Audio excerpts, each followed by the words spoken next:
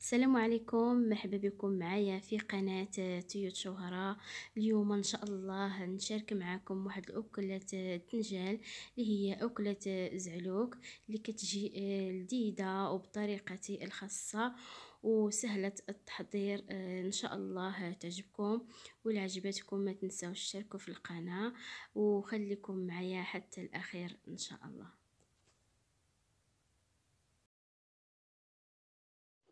على بركة الله، بعد ما خدينا الدنجال وغسلناه مزيان ونقيناه، فقط حيدنا منه القليل ديال قشرة لانها كتعجبني في زعلوك.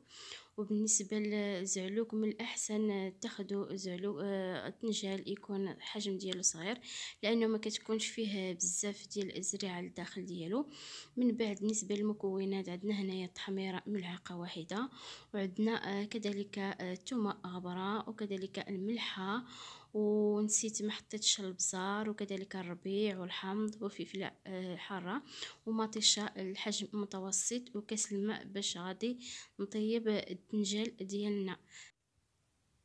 بالنسبه للخطوه الثانيه البنات، غادي ناخدو الدنجال ديالنا، غادي نقسموه على 4 ونقطعو قطع صغار كيف ما كتشاهدوا معنا على هاد الطريقه.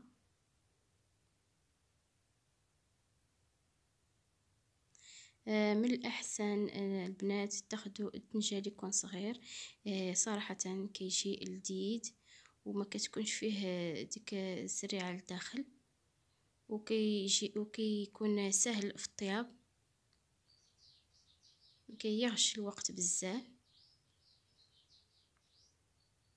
فقط كنقطع الدنجال ديالي على شكل قطع صغار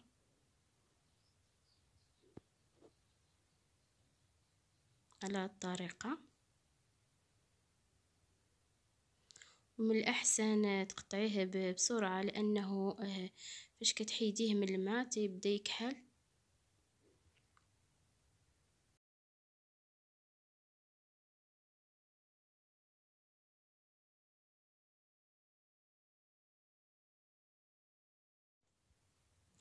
وهكذا كنستمروا حتى كنكملوا الدنجال ديالنا. بعد ما قطعنا الدنجال ديالنا على شكل قطع صغار، غادي ناخدو الكامله ديالنا، او تقدري تاخدي كوكوت وديريه في كوكوت. انا كنفضل نديرو في كامله لانه الدنجال صغير وسهل يطيب. من بعد كنضيف له الكاس ديال الماء فاش غادي يطيب، وغادي نضيف له فقط الملحه، وغادي نردو على نار حتى كي يطيب على خاطرو، وحتى يشرب هذاك الماء كله ان شاء الله. نتلاقاو.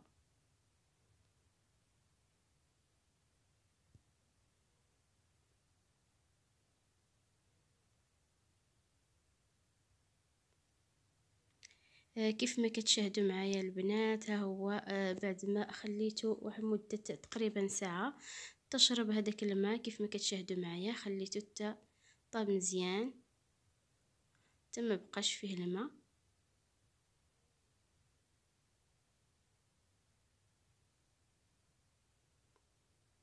بهذه الطريقه يعني كتحافظي على المكونات اللي في الدنجال، عوض ما تصفيه من داك الماء فقط كتخليه يشرب الماء.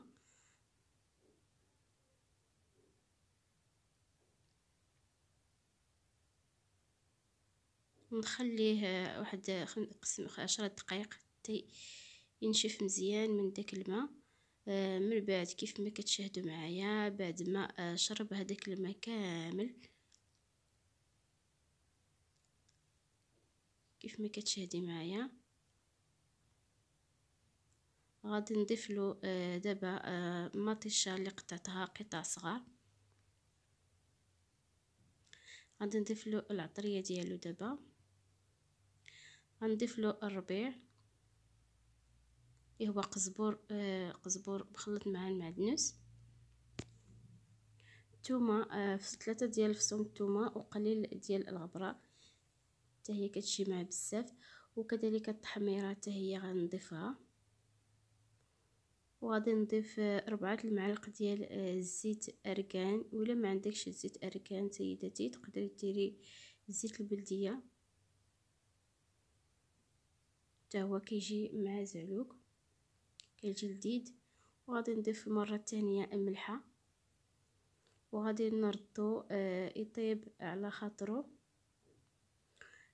قبل غادي نضيف له قليل من عصير الحامض حتى هو كيجي مع زعلوك، فقط نص حامضه كنعصروها.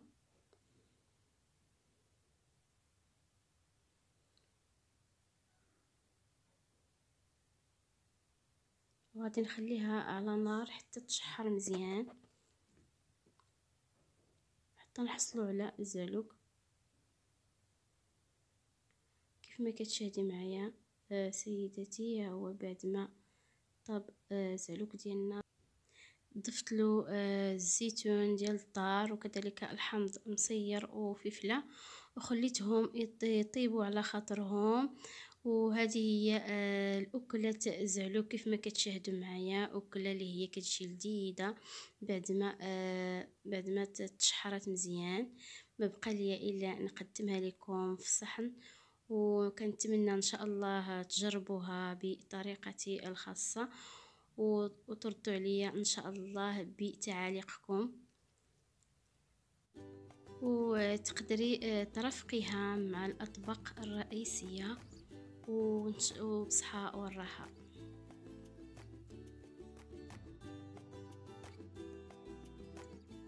وهذا هو الشكل النهائي ديال الأكلة الزعلوك، اللي هي أكلة بالدنجة اللي كتجي لذيذة أكثر فأكثر وبطريقة بسيطة وسهلة التحضير. كنتمنى إن شاء الله تجربوها، ولا جربتوها ما تنساوش تشتركوا في القناة وتفعيل الجرس باش إن شاء الله يوصلكم دائما الجديد.